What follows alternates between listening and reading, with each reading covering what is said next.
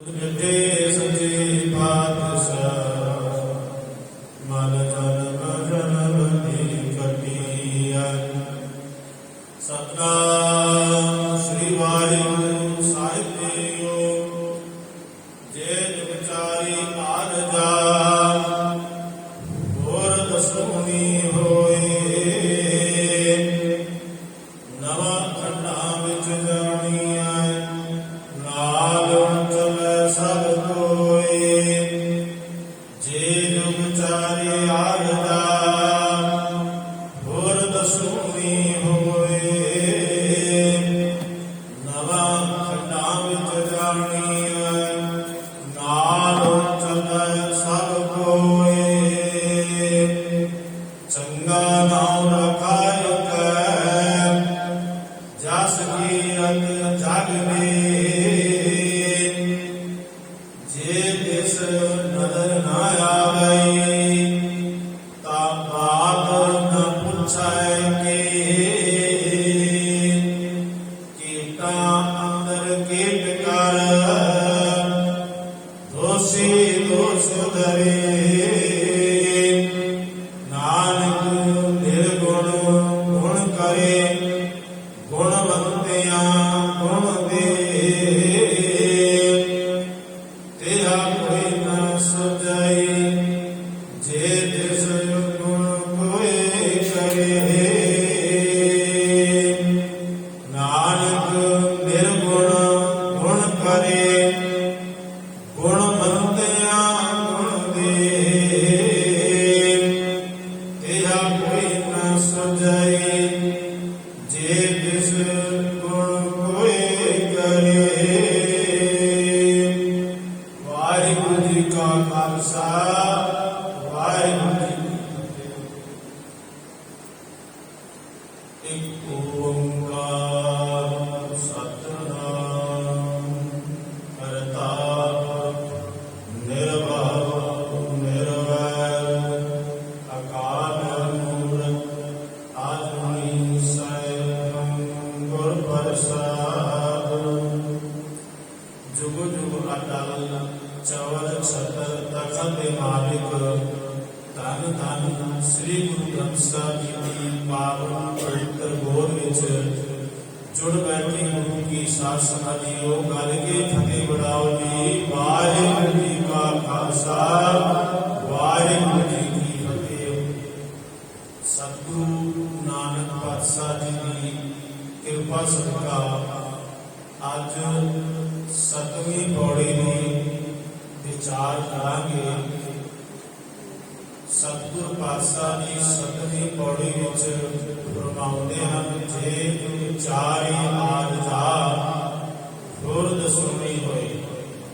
इस संसार दे विच मनुखां दी बहुतात दे विच आह इच्छा हुंदी है कि वो मरे ना या उसको बहुत लंबी जिंदगी मिले। ये दो पक्ष मनुख लैके चलता है। साडे देश के लोगों ने जिंदगी को एक मजाक बनाया। जिस तरह के एक ब्राह्मण है उसने बहुत सारे धर्म भेद पाए हुए हैं कि अगों बिल्ली लंघ जाए तो मनुख कहता बड़ा अपसगन हो गया, हुण ते मैनू कुछ समय लिए रुकना पड़ेगा। कुत्ते ने कंन छड्ड दिते तां भी कहेगा अपसगन हो गया। जे किधरे कोई बीबी आध्यात्मिक क्षेत्रों में खाली मटका ले जाती हुई मिल गई तो कहेंगे बहुत बड़ा अपसगन हो गया। चाहे बंदा गुरुद्वारे मत्था टेक के जा रहे हो, अपने गुरु की अरदास करके जा रहे हो कि पातशाह मैं तेरे चरणों का पूर्ण आसरा लेके जा रहा हूं। तब फिर अगे कुछ भी आवे तो श्रद्धा साडी कायम रहनी चाहिए है।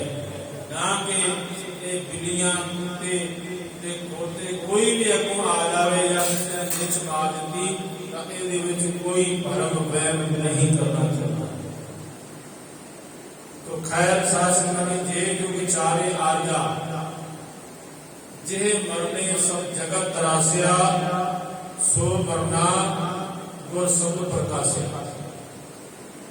जिस मरण तो ये सारा जगत डरता है, मन में भय पैदा होता है। जदों गुरु के शब्द नाल जुड़िया जाए ताकि एक मौत भी ज्ञान देती। जिस तरह जिंदगी एक सौगात है तो मौत भी एक तोहफा है। जिस तरह के फुल जड़े ने वो बहुत अच्छे ने पर कंडे भी अपनी थान से महत्ता रखते हैं। इसे तरह जेकर सुख सानू बहुत अच्छे लगते हैं तो जिंदगी के दुख बहुत जरूरी चाहिए ने, नहीं तो बंदे का मन मनीर हो जाता है। जे बंदे नूं किते मौत का डर ना होवे तो इस दुनिया में बड़े बड़े जालिम राजे महाराजे होए ते उन्हां नूं जे किधरे थोड़ा जिहा डर है तो वो केवल मौत का है। नहीं तो जिहड़ा एक बार गद्दी ते बैठ जाता है उसनूं सब कुछ भुल जाता है। वो प्रजा पे जुल्म करता है, प्रजा पे जुल्म ढांदा है ते वो ये चाहता है कि सारी दुनिया के ऊपर मेरा राज चले, मेरा हुक्म चले। दरअसल जिहड़े धार्मिक लोग है ना उन्हां भी लंबी आयु की मांग की है और जिहड़े विज्ञानक ने वो भी इस पक्षों पीछे नहीं ने। वो भी चाहते हैं कि बंदे के ऊपर मौत ना आवे, इसमें असीं अमल कर लईए। ते जिहड़े राजे महाराजे ने जिन्हां दे कोल बहुत सारा धन दौलत है वो चाहते हैं कि भाई इन्हां पदार्थां नूं भोगण वास्ते, इन्हां पदार्थां दा रस लैण वास्ते उन्हां नूं जिंदगी होर बहुत लंबी चाहिए। असीं एक एक पक्ष नूं लैके विचार करांगे। जिस तरह के सिकंदर दे नाल एक कहानी जुड़ी हुई है, विद्वाना ने अपने अपने ढंग के नाल लिखिया। कहने लगे भी इसके को बड़ा बड़ा राज हो गया। तो मन में विचार आया भाई मेरे को इतनी फौजा ने, नौकर चाकर ने, मेरे को सारी सुविधावां ने, मेरे को बड़े घर कोठियां बंगले ने, मेरे को हर दुनिया का पदार्थ है, पर जिंदगी लगता है मेरे को बहुत छोटी है और बड़ी जिंदगी मिल जाए तो मैं इन्हां पदार्थों का रस मान सकां। इस वास्ते कहते हैं कि वो अमृत के चश्मे में चला गया और जदों उत्थे पहुंचा ना ते उन्हें बुक भर लिया ते जदों बुना दे नेड़े लिया ना कहते एक पंछी सामने आ गया और कहता है पी ते सही, पी ते सही। अगों को संकित हो गया, सोचता है ये पंछी मैनू क्यों कहता है पी ते सही। उसने कहा भाई तू मैनू ये गल क्यों कहता है। कहने लगा भाई पंख एक तन ना रहे हो, रगत ना रहे हो शरीर, तन ना छुटत दुख से जियो जब ते पियो कुनीर। कहता भाई जदों का मैं कुनीर खोटा नीर पीता है ना मेरे तन का एक पंख गिर गया। मैं पहले आसमान की बुलंदियां ते उड़दा सी, हुण मैं उड़ नहीं सकता। हुण मेरा तन रोगी हो गया है और मेरे तन दे विच हमेशा दर्द रहिंदा है ते मैं तड़पदा पल पल वास्ते कि मैनूं मौत आ जाए, पर हुण मौत भी नहीं आउंदी। मैं कहना तू भी पी, कम से कम मेरा साथी ते बन जाएगा ना, कम से कम असीं दोवें इकट्ठे करांगे। इसलिए मैं कहना भाई पी तो सही, पी तो सही। और इस तरह भावें सिकंदर प्रति नहीं पर इस तरह के भाव जिहड़े ने वो गुरु ग्रंथ साहब जी की बाणी विच लिखे कर में अमृत आन सारियो खिसर गयो मुंह पर डारियो। वो जिहड़ा सिकंदर सी ना भरिया होया फुट जो फुल्लां दे नाल लगा के पीणी लगा सी वो जिहड़ा उहदे कोल अमृत गिर गया। तो खैर विद्वाना ने कवियां ने कई रूपों के कई रंगों के आबे हयात की गल अते सिकंदर बादशाह की गल की है। जिस तरह के गुरु गोबिंद सिंह महाराज ने अमृत तैयार किया, एक मुस्लिम कवि लिखता है, वो कहता है पांचों तैयार करके पांचों की झेर गिने, पांचों पढ़ी थी बाणी पांचों ये तारा, आबे हयात जिसका मुतलासी था सिकंदर, जो इम्तिहान में उतरे तिनको अखल पिलारा, तासीर इस दुआ की अक्सीर ऐसी आई, मुर्दे में जान आई चिड़ियों ने बाज मारा।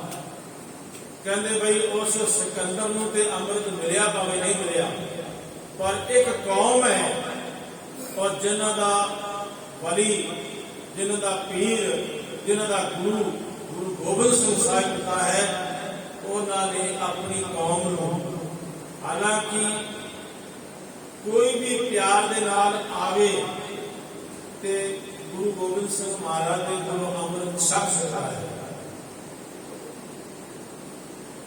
बस कुछ शर्तां ने कि भाई वो 5 कक्के रखाउंदे ने, केस कतल नहीं करन देंदे,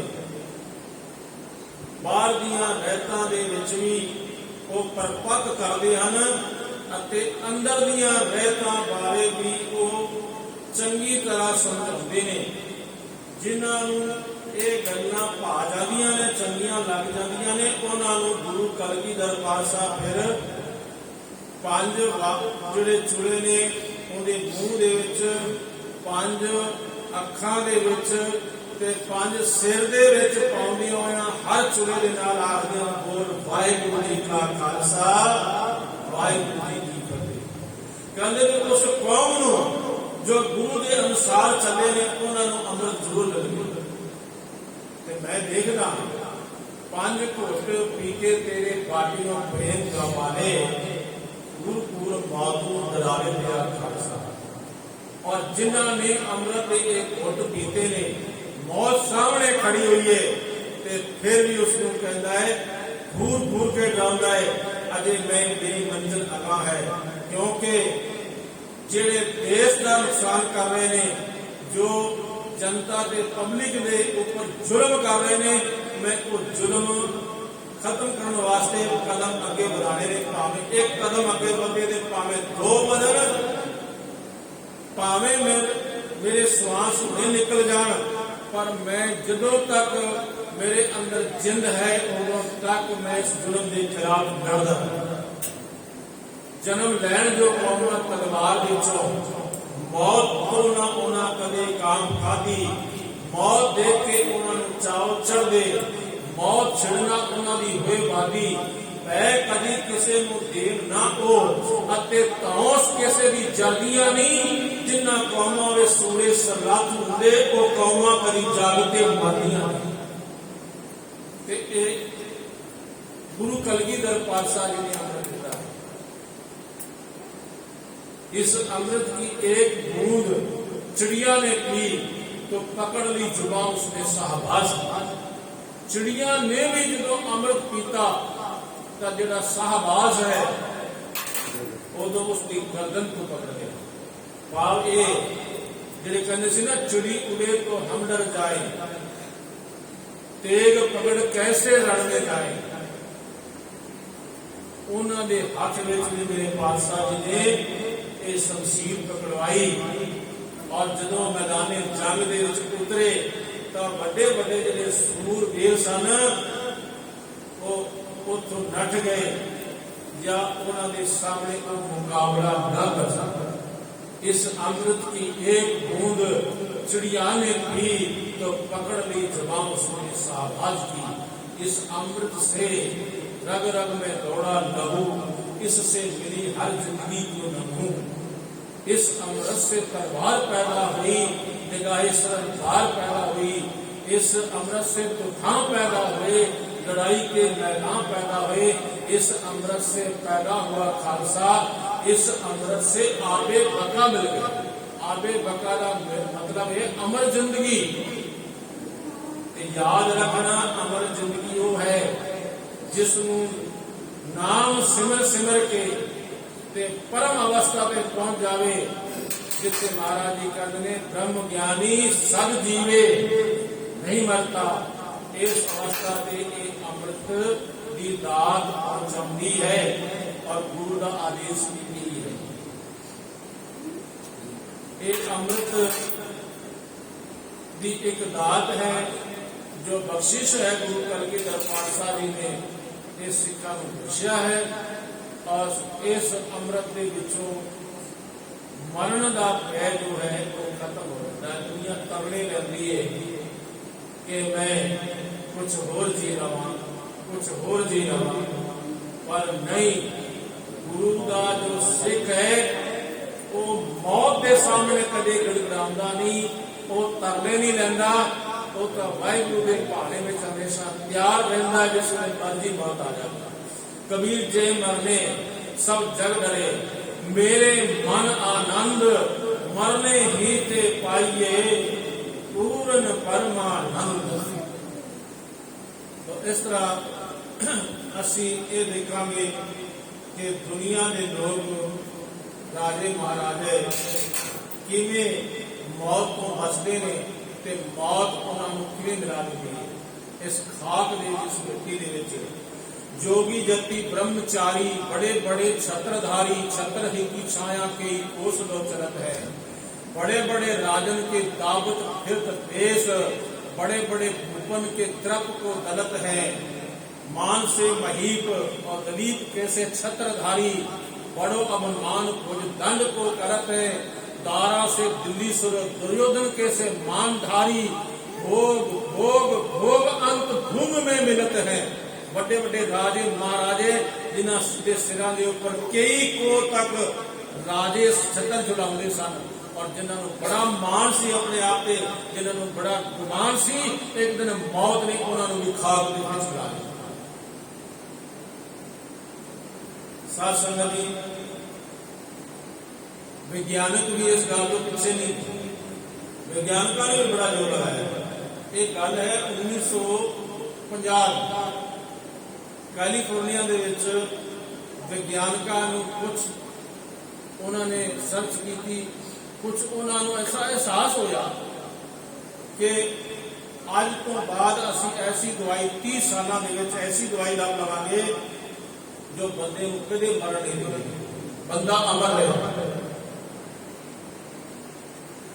हाँ, जो आज मर भी जाएगा ना, अगर उसकी देह को संभाल के रखा जाए तो 30 साल बाद ऐलानिया तो असी कहते हैं कि असी दवाई तैयार कर लवांगे और उस मरे हुई देह के फिर जान पा देंगे। साथ संगत उस वक्त जेडे बड़े अमीर धनी लोग सन ना, उन्होंने एग्रीमेंट किया और सारा 30 साल का खर्चा, क्योंकि जी जिंदा गई है ना, इस ते इतना खर्चा नहीं होता जितनी मरी हुई देह को संभाल के रखने का खर्चा होता है। उन्होंने सारा 30 साल का खर्चा किसी की सपुर्दगारी करके ते उन्होंने किया भी 30 साल बाद असी फिर जिंदा हो जावांगे ते उस तो बाद फिर असी जिंदगी के लुत्फ उठावांगे। ये रब के गाने में बहुत बड़ा दखल है जो विज्ञानिक भी पीछे नहीं हटे, ना ये अखौती धार्मिक लोग पीछे हटे ने, ना ये राजे महाराजे कभी पीछे हटते ने। वो कहते हैं साढ़े को धन है, पदार्थ है, असी वड्डी जिंदगी जीवांगे। जिस वेले 1950 तो बाद 30 साल बाद 1980 आया, उन्होंने इस तक कई विज्ञानक वही मर गए जो दावा कर रहे थे। उस तो बाद दवाई अज तक नहीं आई, अज 2021 आ गया है ते ना ही चाहे 4021 आ जाए तो सारी जिंदगी लग जाए, कभी ऐसी दवाई बन ही नहीं सकती कि बंदा जो है आखे कि हुण इस तो बाद मौत नहीं आएगी, मौत आवेगी, ये वाहिगुरू का नियम है। ये तो एक देहां ने छोटियां छोटियां, बल्कि जितने भी ऐ ग्रह नक्षत्र तारे ने, आ कोटान कोट ब्रह्मांड ने, ऐ दरिया ने, ऐ सागर ने, ये नदियां ने, ये भी एक दिन सारी प्रकृति बुढ़ी हो जाएगी। और जो ये बुढ़ी होगी तो इनकी मौत होगी, बिल्कुल मौत होगी। ये गुरु पातशाह जी ने लिख दिता है। और इसके ऊपर कोई कितना भी यत्न कर ले, लेकिन मौत के ऊपर जिस तरीके ये लोग फतेह हासिल करना चाहते हैं, कभी भी फतेह हासिल नहीं हो सकती।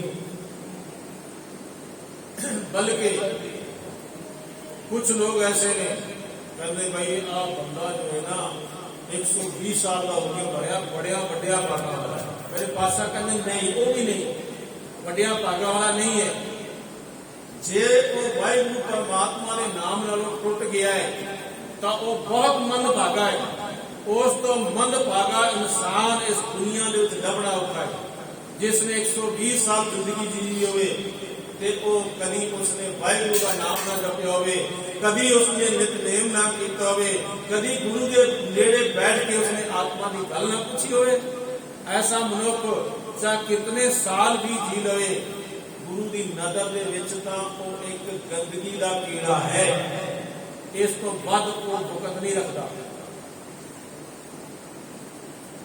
मेरे पातशाह जी फरमाउंदियां जोग सिद्ध आश्रम 84 ये भी कर रहा, वड्डी आरजा फिर जन्मे, हर सियों संग ना रहेगा।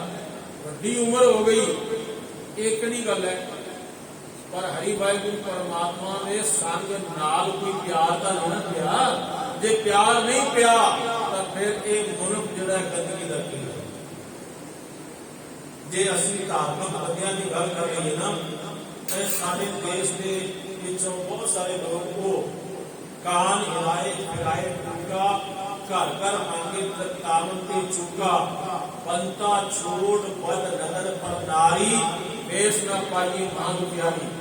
नार मुई घर संपत नासी, मूड मुंडाए पया सन्यासी। कोई घर में दुख आ गया, पत्नी चलाना कर गई, बस फिर की होया, मूड मुंडाए पया सन्यासी, सिर मुंह मुना के जंगलों में चले। और सारे देश के बहुत बड़े हिस्से जिहड़े जोगी ने ना, ये सुमेर पर्वत दियां चोटियां के ऊपर जाके बैठ गए। इन्होंने रिधियां सिद्धियां कीतियां और इन्होंने अपने श्वासां नूं रोकण की कला वो हासिल कर ली।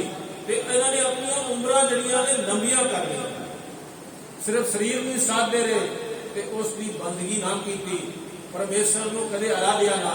जो गुरु नानक देव पातशाह जी उत्थे पहुंचे तो उदों वो पहले तो हैरान हो गए कि इत्थे इतनी ऊंचाई पे कोई आ नहीं सकता, तुसी किवें आ गए।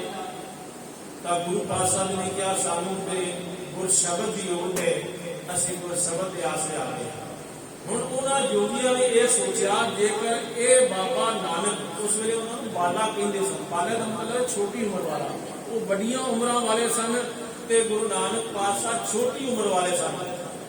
सिद्धि मने विचारिया कि दर्शन देवे ए बाला, ऐसा जोगी कली माए हमारा पंथ करे उजियाला। भाई जेकर ए बाला ए बाबा नानक साडे मत विच आ जाए, साडे पंथ विच आ जाए तो ये साडे पंथ नूं रोशन कर देगा। इसलिए क्यों ना होए इहदे उपर प्रभाव पाइए अपना, अपनी रिधियां सिद्धियां दा, अपनी करामातां दा। और गुरु नानक पातशाह साडे इस सारे कर्मां तो इतने प्रभावित होण कि यह साडा चेला बन जाए और चेला बनने दे नाल यह साडे पंथ नूं बड़ा रोशन करे।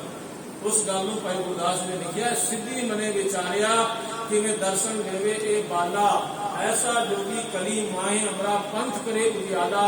खप्पर देता नाथ जी पानी भर लेवन उठ चाला, बाबा आया पानिए डिठे रतन जवाहर नाला। सतगुर अगम अगाध पुरख केड़ा झंडे गुरु दी चाला, बाबा आया नाथ जी पानी ठौर नहीं उस काला। ते जदों बाबा जी वो कमंडल खाली लेके आ गए ना गुरु नानक पातशाह जी, ਤੇ ਉਹਨਾਂ ਨੇ ਕਿਹਾ ਬਈ ਤੂੰ ਪਾਣੀ ਨਹੀਂ ਲੈ ਕੇ ਆਇਆ। ਤੇ ਗੁਰੂ ਨਾਨਕ ਪਾਤਸ਼ਾਹ ਜੀ ਕਹਿੰਦੇ ਜੀ ਉੱਥੇ ਤੇ ਪਾਣੀ ਹੈ ਨਹੀਂ ਸੀ ਤਲਾਬ ਦੇ ਵਿੱਚ। ਕਹਿਣ ਲੱਗੇ ਫਿਰ ਉੱਥੇ ਕੀ ਸੀ? ਮਹਾਰਾਜ ਕਹਿੰਦੇ ਕੰਕਰ ਤੇ ਪੱਥਰ ਬੜੇ ਪਏ ਸੀ। ਕਹਿੰਦੇ ਤੁਸੀਂ ਬੜੇ ਕੋਲੇ ਉੱਥੇ ਹੀਰੇ ਦੇ ਜਵਾਹਰਾਤ ਸਨ। ਉਹ ਇੱਕ ਇੱਕ ਹੀਰਾ ਇੰਨਾ ਅਮੁੱਲ ਹੈ ਕਿ ਰਾਜੇ ਦੀ ਸਾਰੀ ਦੌਲਤ ਅਗਰ ਉਹ ਇੱਕ ਪਾਸੇ ਰੱਖ ਦੇਵੇ ਤਾਂ ਵੀ ਉਹਨਾਂ ਹੀਰਿਆਂ ਦੀ ਕੀਮਤ ਨਹੀਂ ਪੈ ਸਕਦੀ। ਤੇ ਚਲੋ ਪਾਣੀ ਨਹੀਂ ਮਿਲਿਆ ਤਾਂ ਕਮ ਸੇ ਕਮ ਉਹ ਹੀਰੇ ਜਵਾਹਰਾਤ ਹੀ ਭਰ ਕੇ ਲਿਆਂਦੇ। ਤੇ ਗੁਰੂ ਨਾਨਕ ਪਾਤਸ਼ਾਹ ਜੀ ਕਹਿੰਦੇ ਨੇ ਸਾਡੀ ਨਜ਼ਰ ਦੇ ਵਿੱਚ ਉਹ ਪੱਥਰ ਨੇ ਪਰ ਤੁਹਾਡੀ ਨਜ਼ਰ ਦੇ ਵਿੱਚ ਉਹ ਹੀਰੇ ਹੋ ਸਕਦੇ। ਤੁਹਾਡੀ ਨਜ਼ਰ ਦੇ ਵਿੱਚ ਅਮੋਲਕ ਪੱਥਰ ਹੋ ਸਕਦੇ ਨੇ, ਮੇਰੀ ਨਜ਼ਰ ਦੇ ਵਿੱਚ ਇੱਕ ਸਧਾਰਨ ਕੰਕਰ ਹੈ। ਤਾਂ ਉਹ ਗੁਰੂ ਨਾਨਕ ਪਾਤਸ਼ਾਹ ਜੀ ਦੇ ਉੱਪਰ ਇਸ ਤਰੀਕੇ ਨਾਲ ਉਹ ਪ੍ਰਭਾਵ ਪਾਉਣਾ ਚਾਹ ਰਹੇ ਸਨ। ਉਹ ਕਹਿੰਦੇ ਸਨ ਤੁਹਾਡੀ ਅਸੀਂ ਉਮਰਾਂ ਵੀ ਲੰਬੀਆਂ ਕਰ ਦੇਵਾਂਗੇ, ਪਰ ਮੇਰੇ ਪਾਤਸ਼ਾਹ ਦੀ ਬਾਣੀ ਤਾਂ ਇਹ ਕਹਿੰਦੀ ਹੈ ਬਿਨ ਸਿਮਰਨ ਜੋ ਜੀਵਨ ਬਲਨਾ ਸਰਪ ਜੈਸੇ ਜਾਰੀ ਨਵਖੰਡਨ ਕੋ ਰਾਜ ਕਮਾਵੇ ਅੰਚਲੇ ਗੁਹਾਰੀ।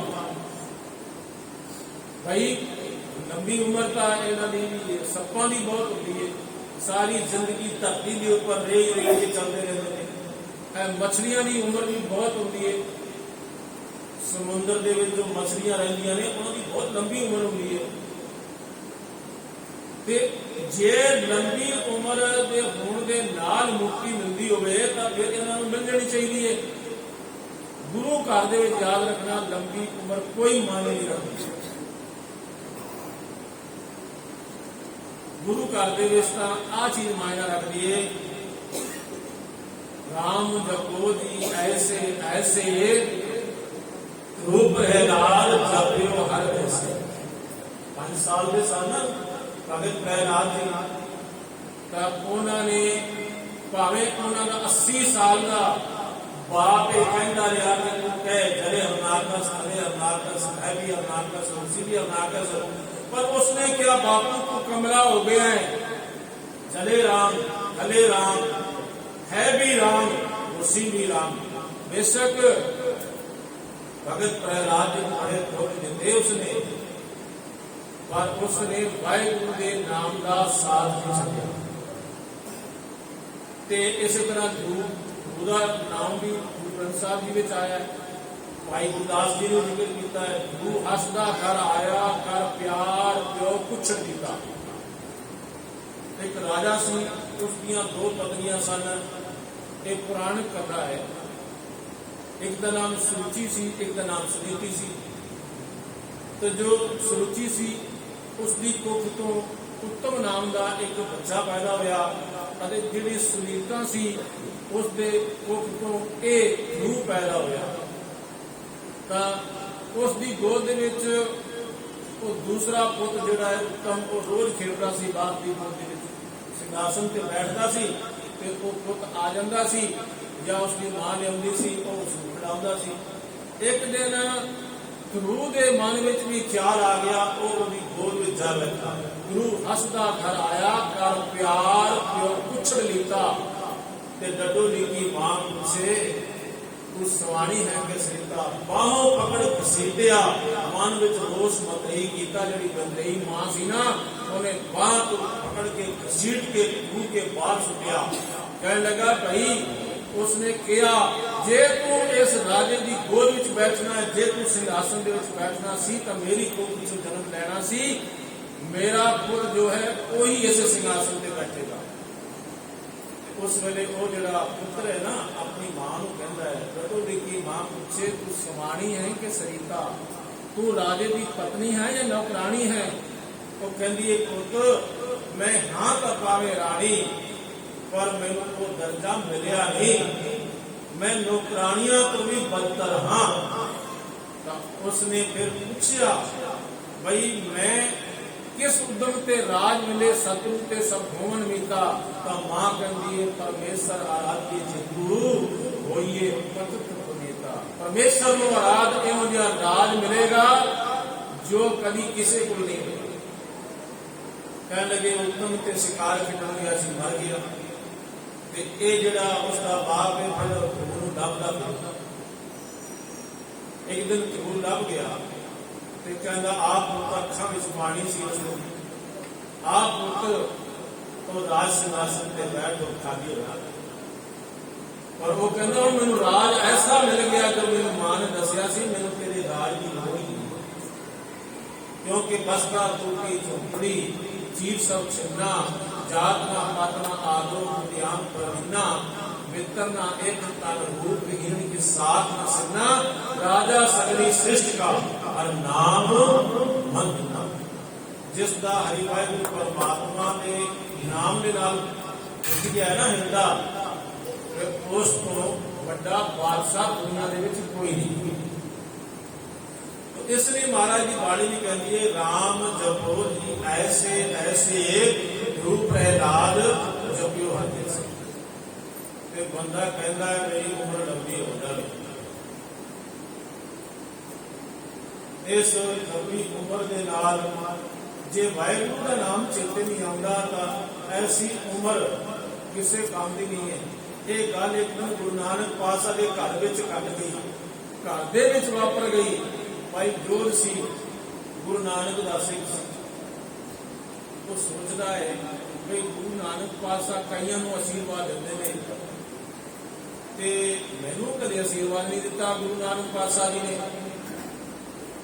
एक दिन गुरु नानक पातशाह ने बुला ही लिया, कह लगे भाई जो बड़ी सेवा करता है ते भाई तेनू भी कुछ चाहिए तो मंग ले।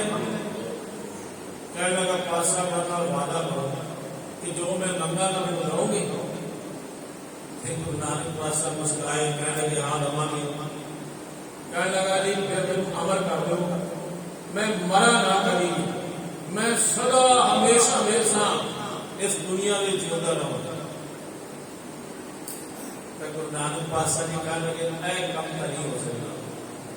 कह लगे जी पातशाह आपने वचन दिता सी ते तुसी अपने आप ही हुण अपने वचनां की पालना नहीं करते। गुरु नानक पातशाह उसको समझाते हैं एक मापे मां है अपने पुत नाल वध तो वध प्यार करती है। ये सुभावक है कि मां तो ज्यादा कोई अपने पुत्र को प्यार नहीं कर सकता। पर जे बालक जिस तरह चंचल चीत बारक बपरेगी सरप अगल कर मिले, आग बढ़ रही हो आखिर मैं अग को पकड़ना है, अग के अंगारिया पकड़ना है या सप को पकड़ना है, मां उसको बार बार मना कर रही है, मां बार बार हटाती है। पर जो नहीं आते ना तब मां पूरी कोमल गला ऊपर थप्पड़ भी मारती कि एक मां की कोई रोगी थोड़ी ना है, ये भी मां की बख्शिश है। जे मां उसनू आप भावे भुखिया रह जाए तो उसनू भोजन खिलाती है, जे ये मां की बख्शिश है तो थप्पड़ भी मां की बख्शिश है। तो इस तरह गुरु नानक पातशाह कह लगे भाई तू गलत राह तो गया है और तेन उसे समझा रहे हैं कि नहीं, पर उसने जिद कर ली। कहने लगे जी मैंने तो लंबी उम्र चाहिए, मैं तो जिंदगी कदे मरा ही नहीं।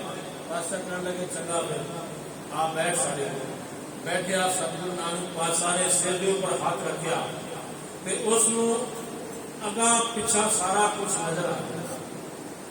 जिवें मेरे पातशाह ने हाथ हटाया तो पुब्बा मार के सारों सार रो पिया। कहने लगा जी मैनू नहीं चाहिए। महाराज कहते नहीं होता, असी तो अपने बचना के पक्के हाँ, हुण तू लै जिंदगी, तू ना मार, तू अमर हो। कहने लगा नहीं पातशाह मेरे को। उसने देख लिया कि मैं बुढ़ा हो गया, मेरे पोतरे पोतरियां ने,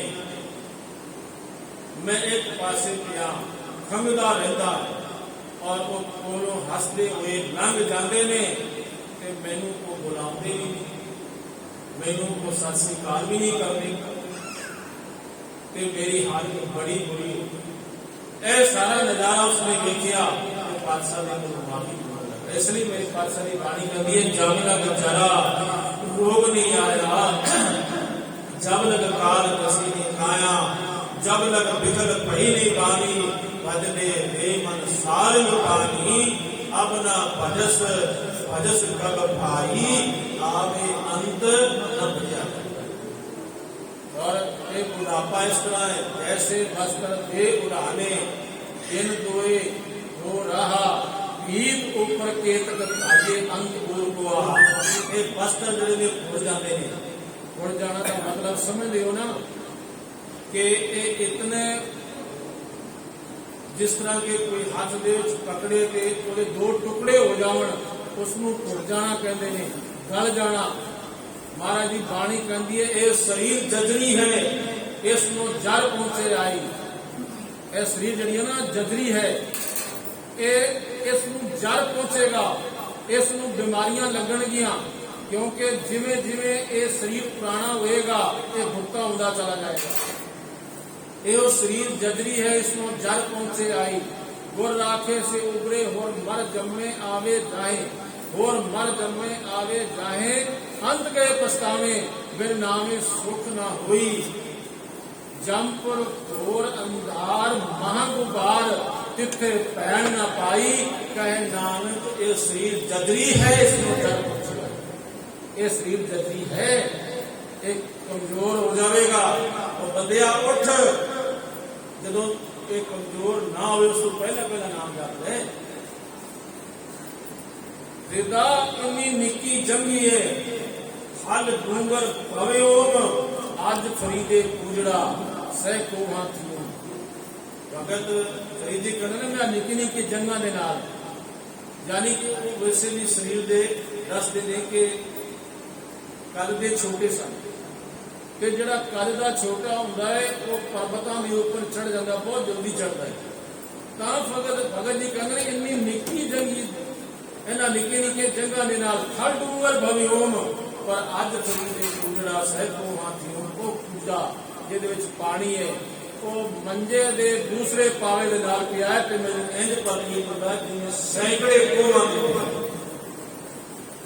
इसलिए तू ये ना सोच कि मैं आज नाम नहीं ते कल जपांगा, पता नहीं और रब वालों किस वेले सदा आ जाए। फरीदा दरियावे कन्ने बगला बैठा केल करे दे हंज नो चिंते बाज पे ते शराब दे केना विसरियां, जो मन चित ना चेते सन सुखाली। साढ़े त्रैवन देवरी कोई कितने भी दरवाजे लगा लवे, भाई मैं मौत को आन ही नहीं देना, अपने सराने डॉक्टर बिठा लवे, वैद बिठा लवे ते आखे हो मैं मौत मेरे को नहीं आवेगी।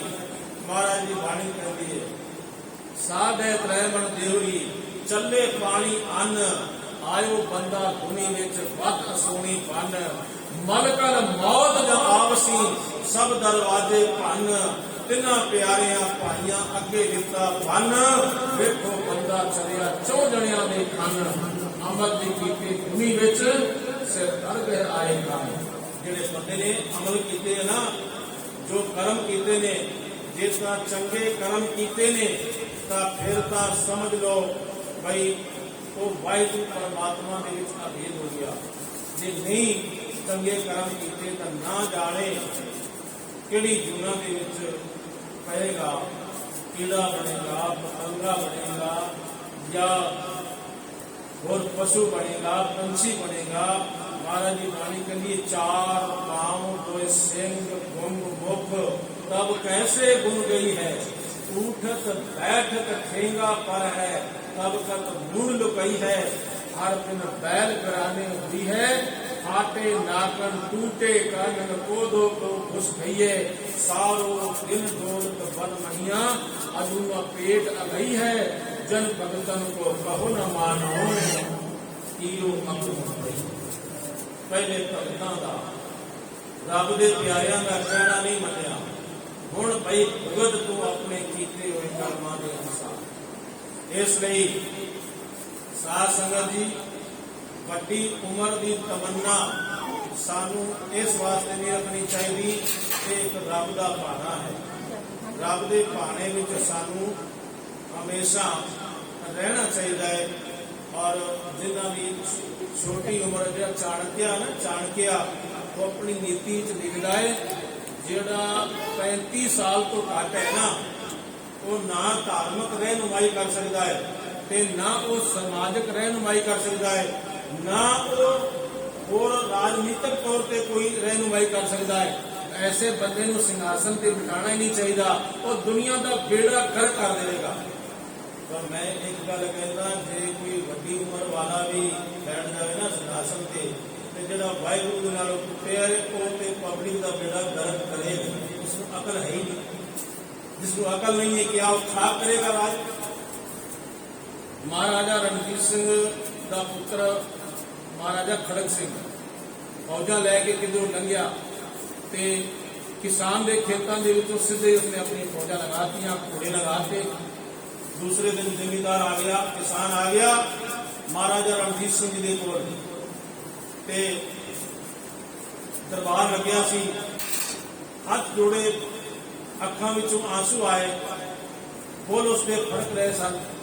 ਤੇ ਮਹਾਰਾਜਾ ਰਣਜੀਤ ਸਿੰਘ ਕਹਿੰਦੇ ਨੇ, ਪੜਿਆ ਲੋਕਾ, ਇਹ ਗੁਰੂ ਨਾਨਕ ਦਾ ਸਿੱਖ ਹੈ, ਤੇਰੀ ਸ਼ਿਕਾਇਤ ਕਿਆ ਹੈ, ਤੈਨੂੰ ਦੁੱਖ ਕੀ ਹੈ, ਅਸੀਂ ਪੂਰਾ ਯਤਨ ਕਰਾਂਗੇ ਤੇਰੇ ਦੁੱਖ ਨੂੰ ਦੂਰ ਕਰਨ ਦਾ। ਉਹ ਕਹਿਣ ਲੱਗੇ ਜੀ, ਮੈਂ ਡਰਦਾ ਤਾਂ ਇਸ ਵਾਸਤੇ ਹਾਂ ਕਿਉਂਕਿ ਤੁਹਾਡਾ ਪੁੱਤਰ ਜਿਹੜਾ ਹੈ ਉਸਨੇ ਮੇਰੇ ਖੇਤਾਂ ਨੂੰ ਉਜਾੜ ਦਿੱਤਾ। ਤੇ ਮਹਾਰਾਜਾ ਇਹ ਗੱਲ ਸੁਣਦਿਆਂ ਸਾਰ ਕਿਤਨੇ ਗੁੱਸੇ ਵਿੱਚ ਆ ਗਏ। ਉਹਨਾਂ ਨੇ ਕਿਹਾ, ਇਸ ਖੜਕ ਸਿੰਘ ਦੇ ਦੋਵੇਂ ਹੱਥ ਕੱਟ ਦਿੱਤੇ ਜਾਵਣ। ਕੋਈ ਹੈ ਐਸਾ ਬਾਦਸ਼ਾਹ ਜੋ ਸ਼ਬਦ ਕਹਿ ਦੇਵੇ ਆਪਣੇ ਪੁੱਤਰ ਵਾਸਤੇ? ਉਹਨਾਂ ਨੇ ਕਹਿ ਦਿੱਤੇ। ਮਹਾਰਾਜਾ ਰਣਜੀਤ ਸਿੰਘ ਨੇ ਦਰਬਾਰ ਦੇ ਵਿੱਚ ਸੰਨਾਟਾ ਛਾ ਗਿਆ ਕਿ ਵੀ ਇਹ ਮਹਾਰਾਜਾ ਸਾਹਿਬ ਨੇ ਕੀ ਗੱਲ ਕਹਿਤੀ। ਤਾਂ ਉਹ ਹੋਰ ਕਿਸਾਨ ਹੋਰ ਜ਼ਿਆਦਾ ਸਾਰੋਸਾਰ ਹੋਣ ਲੱਗ ਪਏ। ਉਹ ਕਹਿਣ ਲੱਗੇ, ਮਹਾਰਾਜਾ ਰਣਜੀਤ ਸਿੰਘ ਦੱਸ ਬਈ, ਅਜੇ ਕੋਈ ਕਮੀ ਤਾਂ ਹੋਰ ਦੱਸ ਦੇ, ਮੈਂ ਇਸ ਨੂੰ ਜਾਨ ਤੋਂ ਮਾਰ ਦਿਆਂਗਾ, ਇਸ ਨੂੰ ਇਤਨੀ ਸਜ਼ਾ ਦੇਵਾਂਗਾ। ਅੱਜ ਤੱਕ ਉਸੇ ਮੈਂ ਸਜ਼ਾਏ ਮੌਤ ਕਿਸੇ ਨੂੰ ਨਹੀਂ ਦਿੱਤੀ, ਪਰ ਆਪਣੇ ਪੁੱਤਰ ਨੂੰ ਸਜ਼ਾਏ ਮੌਤ ਦੇ ਦੇਵਾਂਗਾ। ਤੂੰ ਦੱਸ, ਤੇਰਾ ਜਿੱਥੇ ਦਿਲ ਖੁਸ਼ ਹੁੰਦਾ ਹੋਵੇ। ਉਸ ਵੇਲੇ ਉਸਨੇ ਕਿਹਾ, ਨਹੀਂ ਮਹਾਰਾਜਾ ਰਣਜੀਤ ਸਿੰਘ ਸਾਹਿਬ, ਇਹਦੇ ਹੱਥ ਵੀ ਨਹੀਂ ਕੱਟਣੇ ਔਰ ਇਸ ਨੂੰ ਜਾਨ ਤੋਂ ਵੀ ਨਹੀਂ ਮਾਰਨਾ। ਮੈਨੂੰ ਤਾਂ ਸਿਰਫ ਮੈਂ ਗਰੀਬ ਨੂੰ ਜਿਹੜੇ ਮੇਰੇ ਖੇਤਾਂ ਵਿੱਚ ਨੁਕਸਾਨ ਹੋਇਆ ਉਹ ਦੇ। ਤਾਂ ਮਹਾਰਾਜਾ ਰਣਜੀਤ ਸਿੰਘ ਨੇ ਉਸ ਤੋਂ ਵੱਧ ਪ੍ਰਸ਼ਨ ਦਿੱਤਾ। ਅੱਜ ਵੀ ਕਿਸਾਨ ਵਿਚਾਰੇ ਇਸੇ ਵਾਸਤੇ ਬੜਾ ਪਰੇਸ਼ਾਨ ਹੋਏ ਨੇ।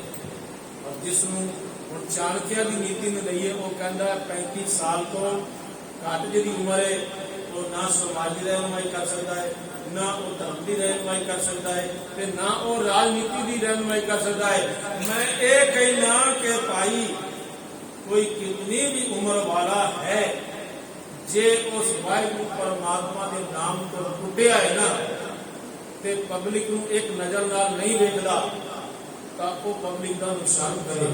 ਆਪ ਨੂੰ ਪਤਾ ਹੈ ਕਿ ਜਦੋਂ ਖਾਲਸੇ ਨੂੰ ਗੁਰੂ ਗੋਬਿੰਦ ਸਿੰਘ ਮਹਾਰਾਜ ਨੇ ਕਿਹਾ ਕਿ ਤੁਸੀਂ ਬੜੇ ਦੁੱਖ ਸਹਿ, ਤੁਹਾਡੇ ਕਿਧਰੇ ਵਸਤਰ ਫਟੇ ਹੁੰਦੇ ਸਨ, ਤੁਹਾਡੇ ਕਿਧਰੇ ਘੋੜੇ ਦੀਆਂ ਲਗਾਮਾਂ ਟੁੱਟੀਆਂ ਹੁੰਦੀਆਂ ਸਨ, ਤੁਸੀਂ ਕਈ ਦਿਨ ਤੱਕ ਭੁੱਖੇ ਰਹੇ, ਪਿਆਸੇ ਰਹੇ, ਮੈਨੂੰ ਪਤਾ, ਮੈਂ ਵੀ ਤੁਹਾਡੇ ਨਾਲ ਰਿਹਾ, ਤੇ ਅੱਜ ਦੱਸੋ ਖਾਲਸਾ ਜੀ ਮੈਂ ਤੁਹਾਡੇ ਵਾਸਤੇ ਕੀ ਕਰ ਸਕਦਾ। ਤਾਂ ਖਾਲਸਾ ਨੇ ਕਿਹਾ, ਕਿਉਂਕਿ ਸਾਡੇ ਗੁਰੂ ਰਾਮਦਾਸ ਪਾਤਸ਼ਾਹ ਦੇ ਘਰ ਨੂੰ ਦੁਸ਼ਮਣਾਂ ਨੇ ਕਈ ਵਾਰ ਤੋੜਿਆ ਹੈ, ਇਸ ਦੇ ਉੱਪਰ ਸੋਨਾ ਚੜਾਓ, ਤਾਂ ਕਿ ਦੁਸ਼ਮਣ ਨੂੰ ਪਤਾ ਚੱਲ ਜਾਵੇ ਕਿ ਅਸੀਂ ਆਪਣੇ ਗੁਰੂ ਦੇ ਘਰ ਨੂੰ ਕਿਤਨਾ ਸੁੰਦਰ ਬਣਾ ਸਕਦੇ ਹਾਂ। ਤਾਂ ਮਹਾਰਾਜਾ ਨੇ ਸਾਰੇ ਪਾਸੇ ਨਜ਼ਰ ਘੁਮਾਈ, ਜਿਤਨਾ ਸੋਨਾ ਦਰਬਾਰ ਸਾਹਿਬ ਦਿੱਤਾ ਹੈ ਨਾ, ਉਤਨਾ ਸੋਨਾ ਲਾਹੌਰ ਦੀ ਇੱਕ ਸ਼ਾਹੀ ਮਸਜਿਦ ਨੂੰ ਦਿੱਤਾ, ਉਤਨਾ ਹੀ ਸੋਨਾ ਬਨਾਰਸ ਦੇ ਇੱਕ ਸ਼ਿਵ ਮੰਦਰ ਨੂੰ ਦਿੱਤਾ। ਇਹ ਹੈ ਸਾਂਝੇਪਣ ਦੀ ਗੱਲ, ਵਿਤਕਰਾ ਨਹੀਂ ਕੀਤਾ ਉਹਨਾਂ ਨੇ। ਉਹਨਾਂ ਨੇ ਕਿਹਾ, ਮੈਂ ਸਾਰੀ ਪਬਲਿਕ ਦਾ ਰਾਜਾ, ਮੈਂ ਕੇਵਲ ਸਿੱਖਾਂ ਦਾ ਰਾਜਾ ਨਹੀਂ ਹਾਂ। ਜੇ ਮੈਂ ਸਾਰਿਆਂ ਦਾ ਰਾਜਾ ਤਾਂ ਮੈਂ ਫਰਕ ਕਰਾਂਗਾ ਤਾਂ ਮੈਂ ਰੱਬ ਦੀ ਦਰਗਾਹ ਦੇ ਵਿੱਚ ਦੇਣਦਾਰ ਹੋਵਾਂਗਾ। ਮੈਨੂੰ ਮੇਰਾ ਗੁਰੂ ਕਲਗੀਆਂ ਵਾਲਾ ਮੈਨੂੰ ਕਦੀ ਮੁਆਫ ਨਹੀਂ ਕਰੇਗਾ। ਇਸ ਲਈ ਉਹਨਾਂ ਨੇ ਤਿੰਨਾਂ ਥਾਂ ਦੇ ਬਰਾਬਰ ਹੀ ਸੋਨਾ ਦਿੱਤਾ। तो साध संगत जी, जो चाणक्य कहता है कि 35 साल तो घट जो रहनुमाई नहीं हो सकती, वो भुलेखे विच है। गुरु हरकृष्ण साहब जी 5 साल ਦੇ ਵਿੱਚ ਉਹਨਾਂ ਨੇ ਧਰਮ ਦੀ ਰਹਿਨੁਮਾਈ ਕੀਤੀ। और भाई साहब भाई नंदलाल जी कहते हैं, घर बुजुर्गी दात कुल बंदगी वरना आखिर में कसी शर्मिंदगी। बुजुर्गी उसनों नहीं कहते जो दाढ़ा चिट्टा हो जाए, केस चिट्टे हो जाए, उम्र ज्यादा हो जाए, उसनों बुजुर्ग नहीं कहते। दरअसल बजुर्ग के अर्थ फारसी के बनते हैं जो रूहानियत तौर पर बहुत अच्छा हो। हाँ भाई नंदलाल जी कहते हैं घर बजुर्गी इबादत कुल बंदगी, जे तेन बजुर्गी चाहिए है भाव की तेन रूहानियत तौर पर उच्चे मंडलों में जाना चाहना है तो फिर तू अकाल पुरख की बंदगी कर। घर बजुर्गी इबादत कुल बंदगी वरना आखिर में कसी शर्मिंदगी जो बंदगी नहीं करेगा तो शर्मिंदगी होगी तेरी। मत शर्मिंदा थी नहीं साईं दे दरबार, रब के दरबार में तेन शर्मिंदगी होगी। तो इसलिए अगे एक होर शेर भाई नंदलाल जी कहते हैं शर्म कुन हाँ शर्म कुन ईद ले चु संग राव नरम कुन भाई इतने शर्म कर ले तेन रब के दरबार में शर्म ना उठानी पवे, तू अपने पत्थर वर्गे नरम कर ले। तू किसी के ऊपर दया कर, तू किसी के ऊपर रहम कर। और जड़ा बंदा कहता है ना कि मैं धार्मिक हाँ ते अंदर पत्थर लेके बैठा है, याद रखना और धार्मिक नहीं हो सकता। ये जी दया है ना ये सारे गुणों की मां है। महाराज की बाणी रोज पढ़ती हो भाव धर्म दया का जड़ा धर्म है ना ये दया का पुत्र है। और बंदा दया तो लगाए रखे कि मैं धार्मिक का नहीं, वो झूठ बोलता है, वो धार्मिक बंदा हो ही नहीं सकता। तो इसलिए उम्र के तकाजे के दुनिया के सारे जो ज्ञान के विज्ञान सी वो सारे तोड़ दिता गुरु नानक पातशाह की विचारा ने। और 5 साल की उम्र के गुरु हरकृष्ण साहब ने अगुवाई की थी। और अकबर जी अपने वाहिगुरु जी औरंगजेब जी उन्होंने दर के ऊपर खड़ा रहा कि एक बारी दरवाजा खोल दो, मैनू दर्शन दे दो। ते मेरे पातशाह ने कहा तेरे वर्गे मलेश पापी को दर्शन नहीं देता दर्शन। इतनी दृढ़ता से उन्होंने अंदर, क्योंकि उन्होंने अंदर गुरु नानक पातशाह की जोत थी। इसलिए साध संगत जी जो वाहिगुरु वालों सानू उम्र मिली है सानू उस ही वाहिगुरु की भगती करनी चाहिए। जे जुग चारिया रजा होर दुश्मनी होए, जेकर किसी की 4 जुगां जिन्नी भी उम्र हो जाए, 4 ही नहीं बल्कि इसको भी वो 4 गुना ज्यादा हो जाए, 10 गुना ज्यादा हो जाए, होर दुश्मनी होए 10 गुना ज्यादा उम्र हो जाए ते फिर भी नवा खंडा विच जानिए नाल चले सब कोए। ये नवा खंडा ये नवखंड है कि ये ਜਿਹੜੇ ਪੁਰਾਤਨ ਵਿਦਵਾਨ ਹੈ ਨਾ ਉਹਨਾਂ ਨੇ ਇਸ ਪ੍ਰਿਥਵੀ ਨੂੰ 9 ਖੰਡਾਂ ਦੇ ਵਿੱਚ 9 ਹਿੱਸਿਆਂ ਦੇ ਵਿੱਚ ਵੰਡਿਆ ਤੇ ਇਸ ਲਈ ਇਸ ਨੂੰ ਨਵਖੰਡ ਕਿਹਾ ਜਾਂਦਾ ਹੈ। ਨਵਾਂ ਖੰਡਾਂ ਵਿੱਚ ਜਾਣੀ ਹੈ ਨਾਲ ਚੱਲੇ ਸਭ ਕੋਏ ਇਤਨਾ ਮਸ਼ਹੂਰ ਹੋ ਜਾਵੇ ਕਿ ਨਵਾਂ ਖੰਡਾਂ ਦੇ ਵਿੱਚ ਇਹ ਜਾਣਿਆ ਜਾਵੇ। ਜਿੱਥੇ ਵੀ ਜਾਵੇ ਭਈ ਫਲਾਣੇ ਨੂੰ ਜਾਣਦੇ ਹਾਂ ਵੀ ਜਾਣਦਾ ਤੇ ਨਾਲ ਚੱਲੇ ਸਭ ਕੋਏ ਇਹ ਹੁਕਮ ਕਰੇ भाई तेन नाल चलना पड़ेगा, या वो आखे तेन आ काम करना पड़ेगा, वो आखे जी करांगा, या आखे तेन सारा दिन खड़ना पड़ेगा, आखे जी मैं खड़ांगा। मतलब वो हुक्म की अदूली करने वाला कोई ना होवे, किसी च हिम्मत ना होवे कि वो हुक्म नू कोई टाल सके। चंगा नाम रखाए कर जस कीरत जग ले। इस तरह वो चंगा नाम रखा के ते जगत दे विच जस लवे, अपनी वडियाई करावे ते लोग बड़े प्यार दे नाल ओदे नाम नूं लैण। बई अगों सिरी ला के या अगों वो बई इस कौम दे सरदार या कुछ भी विश्लेषण लगा के कुछ बड़ी प्यार के सरकार ना बुलावे। जिहड़ा बेचारा गरीब हुंदा ना माया के है दीन राम परसू परसा परसराम, जिहड़ा तो बेचारा बिल्कुल गरीब है उसमें लोग कहते हैं परसू है, तो थोड़ी देर पैसा आ गया तो कहते हैं ये परसा है, ਤੇ ਜੇ ਹੋਰ ਜ਼ਿਆਦਾ ਪੈਸਾ ਆ ਗਿਆ ਜੀ ਇਹ ਤਾਂ ਸ੍ਰੀ ਰਾਮ ਪਰਸਤੀ ਹੈਗੇ ਨੇ। ਤੇ ਇਸੇ ਤਰ੍ਹਾਂ ਜਿਹਦੇ ਕੋਲ ਧਨ ਹੈ, ਜਿਹਦੇ ਕੋਲ ਦੌਲਤ ਹੈ, ਦੁਨੀਆ ਉਸ ਨੂੰ ਪਿਆਰ ਨਾਲ ਹੀ ਬੁਲਾਉਂਦੀ ਹੈ। ਜਿਹਦੇ ਕੋਲ ਤਾਕਤ ਹੈ ਉਸ ਨੂੰ ਪਿਆਰ ਦੇ ਨਾਲ ਹੀ ਦੁਨੀਆ ਬੁਲਾਉਂਦੀ ਹੈ। ਮੇਰੇ ਪਾਤਸ਼ਾਹ ਜੀ ਕਹਿੰਦੇ ਨੇ ਜੇਕਰ ਇਸ ਤਰ੍ਹਾਂ ਸਾਰੀ ਦੁਨੀਆ ਉਸ ਨੂੰ ਬੜੇ ਪਿਆਰ ਤੇ ਸਤਿਕਾਰ ਨਾਲ ਬੁਲਾਵੇ ਤੇ ਉਸ ਦੀ ਕੀਰਤੀ ਜਗਤ ਦੇ ਵਿੱਚ ਹੋਵੇ। ਚੰਗਾ ਨਾਮ ਰਖਾਏ ਕੈ ਜਸ ਕੀਰਤ ਜਗ ਲੇ। ਇਸ ਤਰ੍ਹਾਂ ਆਪਣਾ ਉਹ ਚੰਗਾ ਨਾਮ ਜਿਹੜਾ ਹੈ ਰਖਾ ਕੇ ਅਤੇ ਦੁਨੀਆ ਦੇ ਕੋਲੋਂ ਨਾਮ ਜਿਹੜਾ ਹੈ ਸਤਕਾਰ ਤੌਰ ਤੇ ਬੁਲਵਾਵੇ ਜਾਂ ਦੁਨੀਆ ਸਤਕਾਰਿਕ ਤੌਰ ਤੇ ਬੋਲੇ ਤੇ ਜਗਤ ਦੇ ਵਿੱਚ ਉਸ ਦਾ ਜਸ ਹੋਵੇ। ਜੇ ਤਿਸ ਨਦਰ ਨਾ ਆਵੇ ਤਾਂ ਬਾਤ ਨਾ ਪੁੱਛੈ ਕੇ। ਪਰ ਜੇਕਰ ਉਹ ਵਾਹਿਗੁਰੂ ਪਰਮਾਤਮਾ ਦੀ ਨਜ਼ਰ ਦੇ ਵਿੱਚ ਨਹੀਂ ਨਾ ਆਇਆ, ਜੇ ਵਾਹਿਗੁਰੂ ਪਰਮਾਤਮਾ ਦੀ ਉਸ ਦੇ ਉੱਪਰ ਬਖਸ਼ਿਸ਼ ਨਹੀਂ ਹੋਈ ਤਾਂ ਬਾਤ ਨਾ ਪੁੱਛੇ ਕਿ ਫਿਰ ਉਸ ਦੀ ਕਿਸੇ ਨੇ ਗੱਲਬਾਤ ਨਹੀਂ ਪੁੱਛਣੀ। ਜੋ ਕੁਝ ਵੀ ਮਾਣ ਸਤਿਕਾਰ ਮਿਲਦਾ ਹੈ ਇਹ ਵਾਹਿਗੁਰੂ ਪਰਮਾਤਮਾ ਵੱਲੋਂ ਮਿਲਦਾ ਹੈ। ਬੰਦਾ ਹੰਕਾਰੀ ਹੋ ਜਾਂਦਾ ਹੈ ਕਿ ਇਹ ਤਾਂ ਮੇਰੀ ਲਿਆਕਤ ਦਾ ਹੈ, ਇਹ ਮੇਰੇ ਗੁਣ ਨੇ, ਇਹ ਮੇਰੀ ਵਡਿਆਈ ਹੈ, ਲੋਕ ਮੇਰੇ ਕੋਲ ਡਰਦੇ ਨੇ। ਪਰ ਕਿਉਂਕਿ ਦਾਤ ਪਿਆਰੀ ਵਿਸਰਿਆ ਦਾਤਾਰਾ, ਉਹ ਦਾਤਾਂ ਨੂੰ ਪਿਆਰ ਕਰਦਾ ਹੈ ਤੇ ਜਿਹੜਾ ਦਾਤਾਂ ਦੇ ਦੇਣ ਵਾਲਾ ਹੈ ਨਾ ਉਸ ਵਾਹਿਗੁਰੂ ਪਰਮਾਤਮਾ ਨੂੰ ਇਹ ਬੰਦਾ ਭੁੱਲ ਜਾਂਦਾ ਹੈ। ਕੀਟਾ ਅੰਦਰ ਕੀਟ ਕਰ ਦੋਸ਼ੀ ਦੋਸ਼ ਤਰੇ। ਉਹ ਫਿਰ ਕੀੜਿਆਂ ਦੇ ਅੰਦਰ ਇੱਕ ਗੰਦਾ ਨਾਲੀ ਦਾ ਕੀੜਾ ਹੈ ਤੇ ਉਹਦੇ ਉੱਪਰ ਇੱਕ ਨਹੀਂ ਅਨੇਕਾਂ ਦੋਸ਼ ਲੱਗਣਗੇ, ਉਹਦੇ ਉੱਪਰ ਅਨੇਕਾਂ ਦਾਗ ਲੱਗਣਗੇ ਕਿਉਂਕਿ ਉਹ ਵਾਹਿਗੁਰੂ ਪਰਮਾਤਮਾ ਦਾ ਸ਼ੁਕਰਾਨਾ ਕਰਨੋਂ ਭੁੱਲ ਗਿਆ ਹੈ।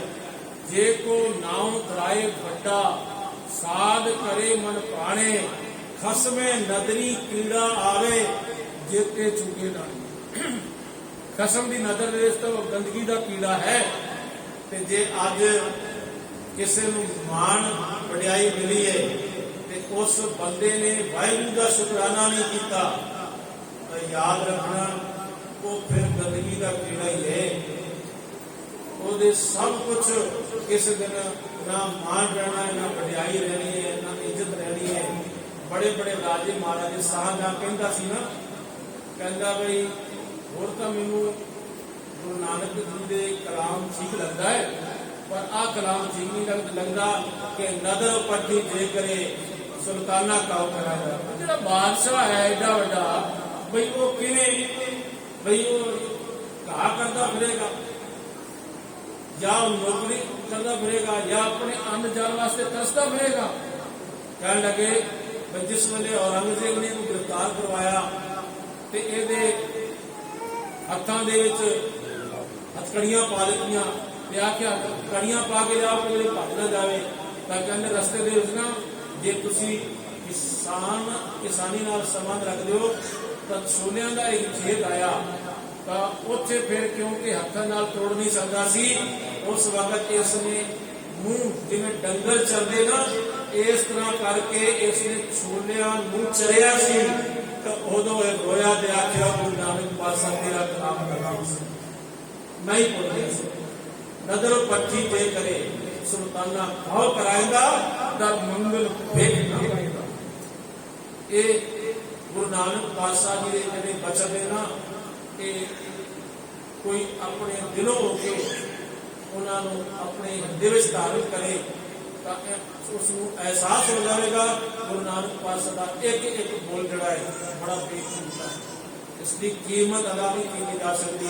ਤਾਂ ਇਸ ਲਈ ਜਿਹੜਾ ਕੋਈ ਵੱਡਾ ਬਣਦਾ ਹੈ ਤੇ ਵੱਡਾ ਬਣ ਕੇ ਵਾਹਿਗੁਰੂ ਪਰਮਾਤਮਾ ਨੂੰ ਬੋਲਦਾ ਹੈ ਉਹ ਕੀੜਿਆਂ ਦੇ ਵਾਲੇ ਕੀੜਾ ਹੈ, ਗੰਦਗੀ ਦਾ ਕੀੜਾ ਹੈ ਤੇ ਉਹਦੇ ਉੱਪਰ ਅਨੇਕਾਂ ਦੋਸ਼ ਲੱਗਦੇ ਨੇ ਤੇ ਧਰਮ ਰਾਜ ਉਸ ਨੂੰ ਸਜ਼ਾਵਾਂ ਦਿੰਦਾ ਹੈ।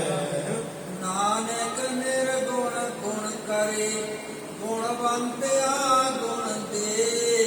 ਸਤਿਗੁਰੂ ਸ੍ਰੀ ਗੁਰੂ ਨਾਨਕ ਪਾਤਸ਼ਾਹ ਜੀ ਫਰਮਾਉਂਦੇ ਹਨ ਕਿ ਜਿਹੜੇ ਨਿਰਗੁਣੇ ਨੇ ਨਾ ਜਿਨ੍ਹਾਂ ਦੇ ਅੰਦਰ ਕੋਈ ਗੁਣ ਨਹੀਂ ਹੈ ਉਹਨਾਂ ਨੂੰ ਵੀ ਮੇਰਾ ਵਾਹਿਗੁਰੂ ਪਰਮਾਤਮਾ ਗੁਣ ਦੇ ਦਿੰਦਾ ਹੈ। ਉਸ ਨੂੰ ਵੀ ਪੂਜਨੀय ਬਣਾ ਦਿੰਦਾ ਹੈ, ਉਸ ਨੂੰ ਵੀ ਸਤਿਕਾਰਯੋਗ ਬਣਾ ਦਿੰਦਾ ਹੈ। ਜਿਹੜਾ ਬਿਲਕੁਲ ਨਿਗੁਣਾ ਹੈ ਤੇ ਗੁਣਵੰਤਿਆਂ ਗੁਣ ਦੇ ਜਿਹੜੇ ਗੁਣ ਵਾਲੇ ਨੇ ਨਾ ਉਹਨਾਂ ਨੂੰ ਵੀ ਹੋਰ ਗੁਣ ਦੇ ਦਿੰਦਾ ਹੈ, ਕਿਉਂਕਿ ਗੁਰੂ ਦੇ ਕੋਲ ਇੰਨੇ ਗੁਣ ਨੇ, ਪਰਮਾਤਮਾ ਦੇ ਕੋਲ ਇਤਨੇ ਗੁਣ ਨੇ, ਉਹਨਾਂ ਗੁਣਾਂ ਨੂੰ ਨਾਪਿਆ ਤੋਲਿਆ ਨਹੀਂ ਜਾ ਸਕਦਾ, ਬੇਅੰਤ ਗੁਣ ਨੇ। ਇਸ ਲਈ ਮੇਰੇ ਪਾਤਸ਼ਾਹ ਜੀ ਆਖਦੇ ਹਨ, ਤਿਹਾ ਕੋਏ ਨਾ ਸੂਝਈ ਜੇ ਤਿਸ ਗੁਣ ਕੋਏ ਕਰੇ। ਪਰ ਰਿਹਾ ਉਹ ਜਿਹਾ ਕੋਈ ਨਹੀਂ ਹੈ ਜਿਹੜਾ ਉਲਟ ਕੇ ਗੁਰੂ ਨੂੰ ਜਾਂ ਪਰਮੇਸ਼ਰ ਨੂੰ ਗੁਣ ਦੇਵੇ, ਆਖੇ ਲੈ ਮੇਰੇ ਕੋਲ ਗੁਣ ਲੈ ਲਓ, ਮੈਂ ਕਿਉਂਕਿ ਬੜਾ ਵੱਡਾ ਗੁਣਵਾਨ ਹਾਂ, ਮੈਂ ਵਿਦਵਾਨ ਹਾਂ ਤੇ ਮੈਂ ਧਨਵਾਨ ਹਾਂ, ਮੈਂ ਪੈਸੇ ਵਾਲਾ ਹਾਂ, ਮੈਂ ਬਲਵਾਨ ਹਾਂ। ਇਹ ਕੋਈ ਵੀ ਗੁਣ ਜਿਹੜੇ ਹੈ ਨਾ ਉਹ ਕੋਈ ਵਾਹਿਗੁਰੂ ਨੂੰ ਨਹੀਂ ਦੇ ਸਕਦਾ, ਬਲਕਿ ਵਾਹਿਗੁਰੂ ਸਭ ਨੂੰ ਇਹ ਸਾਰੇ ਗੁਣ ਦਿੰਦਾ ਹੈ ਤੇ ਸਾਰੇ ਗੁਣਾਂ ਦੇ ਨਾਲ ਨਿਵਾਜਦਾ ਹੈ। ਅਸੀਂ ਨਿਮਰਤਾ ਸਹਿਤ ਆਪਣੇ ਗੁਰੂ ਅੱਗੇ ਅਰਦਾਸ ਕਰੀਏ, ਸਤਿਗੁਰ ਪਾਤਸ਼ਾਹ ਅਸਾਂ ਨਿਰਗੁਣਾਂ ਨੂੰ ਸਾਡੀ ਝੋਲੀ ਦੇ ਵਿੱਚ ਗੁਣ ਪਾ ਕੇ ਗੁਣਵਾਨ ਕਰ ਦਿਓ ਤੇ ਸਤਿਗੁਰ ਪਾਤਸ਼ਾਹ ਨਿਰਗੁਣਿਆਂ ਨੂੰ ਵੀ ਗੁਣ ਦੇ ਦਿੰਦੇ ਨੇ। ਇਤਨੇ ਕੋ ਬਚਨ ਪ੍ਰਵਾਨ ਕਰਨਾ ਜੀ, ਗੁਰ ਚੁੱਕ ਦੀ ਖਿਮਾ ਬਖਸ਼ਿਸ਼ ਕਰਨੀ ਜੀ। ਵਾਹਿਗੁਰੂ ਜੀ ਕਾ ਖਾਲਸਾ, ਵਾਹਿਗੁਰੂ ਜੀ ਕੀ ਫਤਿਹ। ਕੀਟਾ ਅੰਦਰ ਕੀਟ ਕਰ ਦੋਸ਼ੀ ਦੋਸ਼ ਤਰੇ। ਨਾਨਕ ਨਿਰਗੁਣ ਗੁਣ ਕਰੇ ਗੁਣਵੰਤਿਆ ਗੁਣ ਦੇ। ਤਿਆ ਕੋਈ ਨਾ ਸੂਝਈ ਜੇ ਤਿਸ ਗੁਣ ਕੋਏ ਕਰੇ। ਵਾਹਿਗੁਰੂ ਜੀ ਕਾ ਖਾਲਸਾ,